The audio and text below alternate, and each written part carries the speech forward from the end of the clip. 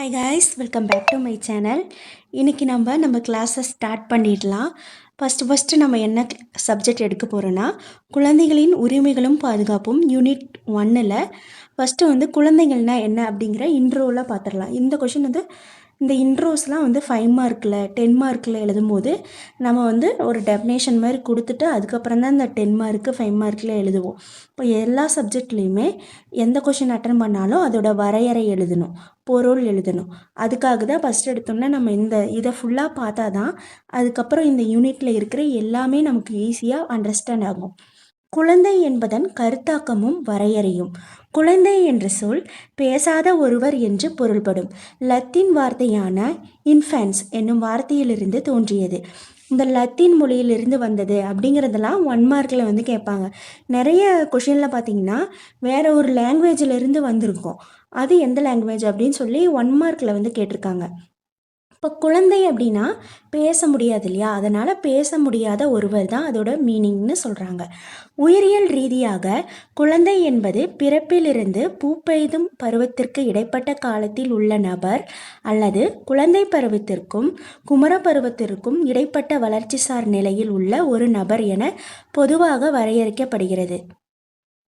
குழந்தைனா பிறந்ததிலிருந்து age attend பண்ண வரைக்கும் இடைப்பட்ட பருவம் தான் குழந்தை பருவம்னு சொல்லுவாங்க. அதில் எப்படி குழந்தை ஒவ்வொரு ஸ்டேஜில் எப்படி வளர்கிறாங்க, அதுதான் வளர்ச்சி சார் நிலைகளில் உள்ள ஒரு நபர்னு இதில் டெஃபினேஷன் கொடுத்துருக்காங்க. குழந்தைனா குமரப்பருவத்திற்கும் குழந்தை பருவம், அதாவது குமரப்பருவம்னா 14 வயசுக்கு மேலே, குழவி பருவம்னா பிறந்ததுலேருந்து 14 வயசுக்குள்ள. குழந்தைகள் மற்றும் சீரார் சட்டப்படி 14 வயதுக்கு குறைவான நபர் குழந்தை என சட்டப்பூர்வமாக வரையறை செய்யப்பட்டுள்ளது. குழந்தை மற்றும் சீரார்கள் சட்டப்படி இந்த ஆர்டிக்கல் படி 14 வயசுக்குள்ளே இருக்கிற எல்லாருமே குழந்தைகள்னு இதில் சொல்கிறாங்க. வரையறை. குழந்தைகளின் உரிமைகள் குறித்த ஐக்கிய நாடுகளின் மாநாடு. இந்த மாநாட்டில் என்ன சொல்கிறாங்கன்னா, 18 வயதுக்கு உட்பட்ட மனிதன் அல்லது குழந்தைக்கு பொருத்தும் சட்டப்படி முன்னதாகவே பருவ வயது எட்டியவர் என வரையறுக்கப்படுகிறது. இதில் என்ன சொல்கிறாங்கன்னா, குழந்தை அப்படின்னா 18 வயசுக்குள்ளே இருக்கிறவங்க எல்லாருமே குழந்தைகள் அப்படின்னு ஐக்கிய மாநாடு சொல்கிறாங்க. ஆனால் சீரார் சட்டப்படி 14 வயசுக்குள்ளே இருக்கிறவங்க தான் குழந்தைன்னு சொல்கிறாங்க. இது ரெண்டுக்கும் உள்ள டிஃப்ரென்ஸ் பார்த்துக்கோங்க. ஐக்கிய நாடுனா 18 வயசுக்கு உட்பட்டது, இதுவே சீரார் சட்டம்னா 14 வயதுக்கு உட்பட்டது. எனவே சர்வதேச சட்டப்படி 18 வயதுக்கு கீழ் உள்ள நபர் குழந்தை என பொருள் கொள்ளப்படுகிறது. அதாவது 18 வயசுக்குள்ளே இருக்கிற எல்லாருமே குழந்தை அப்படின்னு சர்வதேச அளவில், அதாவது உலக அளவில் குழந்தைன்னு சொல்கிறாங்க.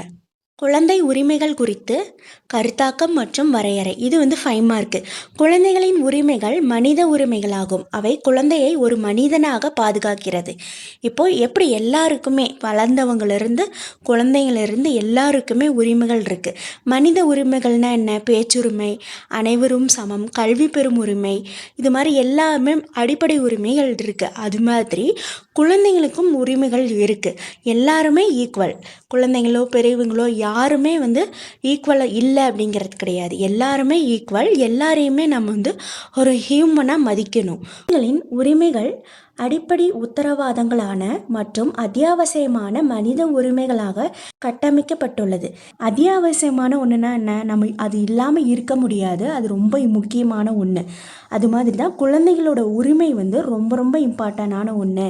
மனிதர்களுக்கு எப்படி உரிமைகள் இருக்கோ அதே மாதிரி தான் குழந்தைகளுக்கு உரிமைகள் இருக்குது.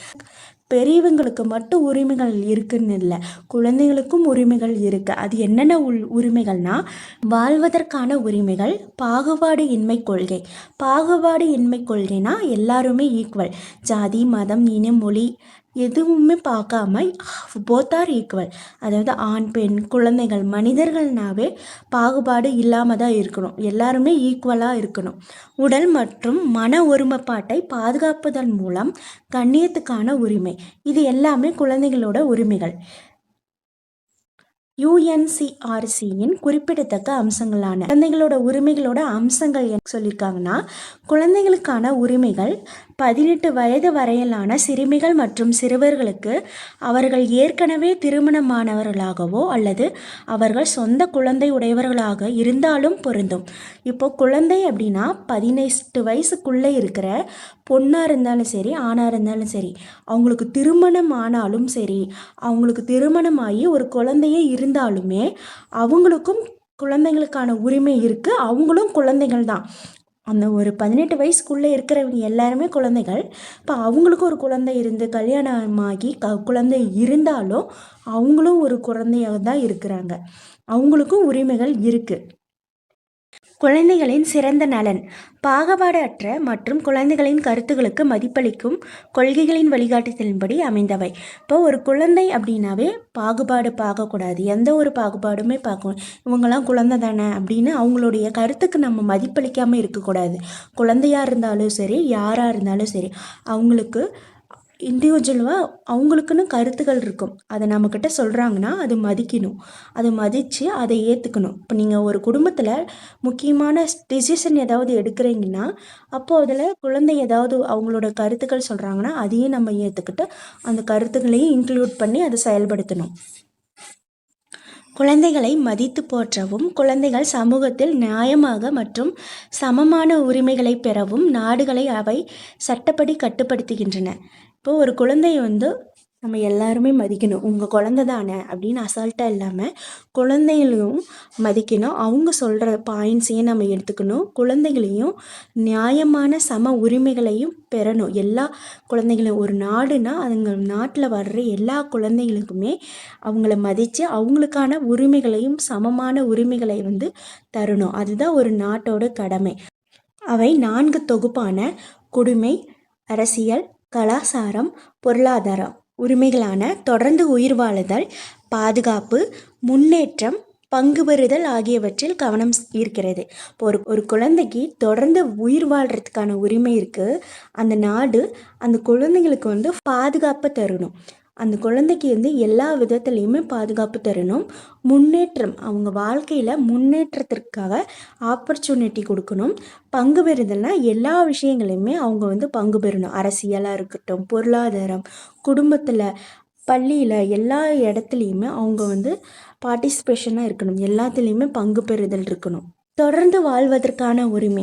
வாழ்வதற்கான உரிமை அதிகபட்சம் அடையக்கூடிய வாழ்க்கை தரம், ஊட்டச்சத்து, தனக்கென ஒரு பெயர் மற்றும் நாட்டுரிமை. இப்போ ஒரு குழந்தைங்களுக்கும் அவங்க வாழ்கிறதுக்கான வாழ்க்கை தரம் இருக்கணும். எந்த அளவுக்கு இருக்கணும்னா அவங்களுக்கு எஜுகேஷன் கிடைக்கணும், நல்ல பேரண்ட்ஸ் இருக்கணும், ஊட்டச்சத்து அதாவது உணவு எல்லாமே கிடைக்கணும். இருக்கிறதுக்கு உணவு, தங்குறதுக்கு நல்ல இடம், அவங்களுக்குன்னு ஒரு பேர், நாட்டுரிமை. அதாவது நாட்டுரிமை அப்படின்னா குடியுரிமை இருக்கணும். எல்லாமே இருந்தால் தான் ஒரு குழந்தை நல்ல வாழ்க்கையை வாழ முடியும். வாழ்வதற்கான உரிமை. பாதுகாப்பு உரிமை. சுரண்டலில் இருந்து விடுதலை. தம்மிடம் பிறர் தகாத முறையில் நடந்து கொள்வதில் இருந்து விடுதலை. தம்மை மனித நேயம் இல்லாமலும் இழிவாகவும் நடத்துதல், புறக்கணிதலில் இருந்து விடுதலை. நெருக்கடி நிலை, ஆயுத போராட்டங்கள் மற்றும் இயலாமை போன்ற நெருக்கடியான சூழ்நிலைகளை சிறப்பு பாதுகாப்பு அளித்திடல். இப்போ பாதுகாப்பு எதெல்லாம் இருக்கணும்னா, சுரண்டலில் இருந்து விடுதலைனா, இப்போ ஒரு குழந்தைய நம்ம சின்ன வயசுலேருந்து அடிமையாக வேலைக்கு வைக்கிறது, அதாவது அவங்களோட உழைப்பை சுரண்டுறது, இப்போ அவங்களுக்கு பாதுகாப்பு கொடுக்கணும். தம்மிடம் பிறர் தகாத முறையில் நடந்து கொள்வதில் இருந்து விடுதலை. இப்போது யாருமே அந்த குழந்தைங்களுக்கு பேட் பிஹேவியர்ஸோ அது மாதிரி யாருமே பண்ணக்கூடாது. அதிலிருந்து நமக்கு பாதுகாப்பு கொடுக்கணும். நிறைய சட்டங்கள் இயற்றி அந்த குழந்தைங்களுக்கான பாதுகாப்பு கொடுக்கணும். தம்மை மனித நேயம் இல்லாமல் இழிவாகவும் நடத்துதல், புறக்கணிப்பிலிருந்து விடுதலை. இப்போது அந்த குழந்தைய இழிவாக நடத்தக்கூடாது, அதிலிருந்து பாதுகாப்பு தரணும். புறக்கணிப்புனா எந்த விஷயத்துலையுமே அந்த குழந்தைய ஆட் பண்ணாமல் தள்ளி வைக்கக்கூடாது. அப்புறம் நெருக்கடி நிலைனா ஓவர் ப்ரெஷர் கொடுக்கக்கூடாது. ஆயுத போராட்டங்களில் குழந்தைங்களை ஈடுபடுத்தக்கூடாது. இயலாமை, அதாவது இயலாமைனா அவங்களால எந்த ஒரு செயலை செய்ய முடியாமல் இருக்கும் இல்லையா, அந்த விஷயங்களை நீ செய்யணும் அப்படின்னு நெருக்கடியை கொடுக்கக்கூடிய சூழ்நிலைகள் இருந்துச்சுன்னா பாதுகாப்பு தரணும். இதுதான் பாதுகாப்பு உரிமை. இது எல்லா சூழ்நிலைகளிலுமே ஒரு குழந்தைய பாதுகாப்பு தரணும். முன்னேற்றத்திற்கான உரிமை அதில் என்ன இருக்குன்னா, கல்வி பெறும் உரிமை, இளங்குழவி பருவ பராமரிப்பு மற்றும் முன்னேற்றம், சமூக பாதுகாப்பான உரிமை, ஓய்வு, பொழுதுபோக்கு மற்றும் கலாச்சார நடவடிக்கைகளில் ஈடுபடுவதற்கான உரிமை. இப்போ முன்னேற்றத்துக்கான உரிமைனா என்ன? கல்வி பெறும் உரிமை. கல்வி பெற்றாவே அந்த குழந்தைங்க வந்து நல்லா படித்து நல்ல வேலைக்கு போய் அவங்களுடைய வாழ்க்கை முன்னேறும். அது மாதிரி குழந்தையோட பருவம், இளம் பருவம்னா வளர வயசில் அவங்களுக்கு தேவையான பராமரிப்பு, முன்னேற்றம் இது எல்லாமே கிடைக்கணும். உணவு கிடைக்கணும், மருத்துவ உதவி கிடைக்கணும், உணவு கிடைக்கணும், தங்குறதுக்கான இடம், கல்வி இது எல்லாமே கிடைக்கணும். அந்த குழந்தைங்களோட சின்ன வயசுலேருந்து அவங்களுக்குடைய எல்லா விஷயங்களுமே அவங்களுக்கு தேவையான எல்லா உதவிகளையுமே அந்த குழந்தைங்களுக்கு கிடைக்கணும். அதாவது தான் பராமரிப்பு. சமூக பாதுகாப்பதற்கான உரிமை. அந்த சமூகத்தில் அந்த குழந்தைங்களுக்கு பாதுகாப்பு இருக்கணும். எந்த ஒரு வன்முறையும் அந்த குழந்தைங்களுக்கு நடக்கக்கூடாது. ஓய்வு எடுக்கிறதுக்கான டைம் கொடுக்கணும். பொழுதுபோக்குன்னா நிறைய கேம்ஸ் விளையாடுறது, கிரிக்கெட் விளையாடுறது, அது மாதிரி எல்லாத்துலேயுமே கலாச்சாரம், பொழுதுபோக்கு, ஓய்வு இதில் எல்லாத்துலேயுமே அந்த குழந்தைங்க ஈடுபடுவதற்கான உரிமைகள் இருக்குது. குழந்தைனாவே ஓடி ஆடி விளையாடணும் இல்லையா? இப்படி எல்லா விதத்துலேயுமே அவங்களுக்கு உரிமை தராங்க. பங்கு பெறுவதற்கான உரிமை அப்படின்னா, குழந்தைகளின் கருத்துகளுக்கு மதிப்பளிக்கப்படும் உரிமை, கருத்து சுதந்திரமான உரிமை. இப்போது ஒரு குழந்தை அவங்களுக்குன்னு தோன்ற பாயிண்ட்ஸை சொல்கிறாங்க, திங்க் பண்ணி அவங்களுக்கான கருத்துக்கள் சொல்கிறாங்கன்னா அதுக்கும் நம்ம மதிப்பளித்து அதை ஃபுல்லாக காது கொடுத்து கேட்கணும். அவங்க ஏதாவது கருத்து சொல்கிறாங்கன்னா, நீ இதெல்லாம் சொல்லக்கூடாது அப்படின்னு தடுக்கக்கூடாது. அவங்களுக்கான பேச்சுரிமை கொடுக்கணும். சுதந்திரமாக அவங்களுடைய கருத்தை தெரியப்படுத்தணும். மற்றவங்க கிட்ட சொல்கிறதுக்கான ஃப்ரீடம் கொடுக்கணும். பொருத்தமான தகவலை பெறுவதற்கான உரிமை. அந்த குழந்தை ஏதாவது ஒன்று கற்றுக்கணும்னு நினைக்குதுன்னா அதுக்கான இன்ஃபர்மேஷனை கொடுக்கணும். ஏதாவது ஒரு விஷயத்தை பற்றி தெரிஞ்சுக்கணும்னு நினைக்கும் போது அதை பற்றி தகவல்கள் அந்த குழந்தைக்கு சொல்லணும். அது அந்த குழந்தை அந்த தகவலை கேட்கறதுக்கான உரிமை அந்த குழந்தைகிட்ட இருக்குது. சிந்தனை, மனச்சாட்சி மற்றும் சமயம் தொடர்பான சுதந்திரத்திற்கான உரிமை. அப்போ அந்த திங்க் பண்ணுறதுக்கான உரிமை இருக்குது. அவங்களுடைய மனச்சாட்சி, மனசப்படி அவங்க வாழ்கிறதுக்கான உரிமை, பேசுகிறதுக்கான உரிமை, அவங்களுடைய சமயம் அப்படின்னாவே ரிலீஜியனாக அவங்களுக்கு எல்லா இதுலேயுமே ஈடுபடுறதுக்கான உரிமை இருக்குது. குழந்தை மற்றும் குழந்தை உரிமைகள் பற்றி இந்த வீடியோவில் பார்த்துருக்கோம். இது அந்த சப்ஜெக்டோட இன்ட்ரோ. இந்த இன்ட்ரோவும் நீங்கள் படித்து வச்சுருந்தா தான் இது 10 மார்க்கில் நீங்கள் கொஞ்சம் இன்ட்ரோவும் கொடுத்து தான் எழுதுகிற மாதிரி இருக்கும். இப்போ குழந்தை உரிமைகள் எழுதுறீங்கன்னா அப்போ குழந்தை உரிமைகள்னால் என்னங்கிறத ஒரு வரையறை கொடுத்துடணும். அதுக்கப்புறம் தான் அந்த குழந்தை உரிமைகள் சட்டங்களோ இல்லை வேறு ஏதாவது கொஷின் கேட்பாங்க.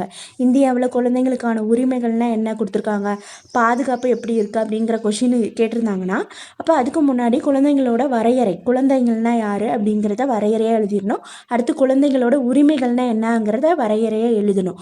இது 5 மார்க். இது எல்லாமே இப்போ நடத்தின இது எல்லாமே 5 மார்க்கில் கேட்கலாம். 10 மார்க்லேயும் நீங்கள் இந்த இன்ட்ரோ எழுதிட்டு தான் அந்த 10 மார்க்கான ஆன்சரே எழுதணும். இந்த வீடியோ உங்களுக்கு புரிஞ்சதுன்னா நாளைக்கு அடுத்த ஒரு முக்கியமான 10 மார்க்கில் நம்ம சந்திப்போம். இந்த வீடியோ உங்களுக்கு பிடிச்சிருந்துன்னா கண்டிப்பாக சப்ஸ்கிரைப் பண்ணுங்கள், லைக் பண்ணுங்கள், கமெண்ட் பண்ணுங்கள்.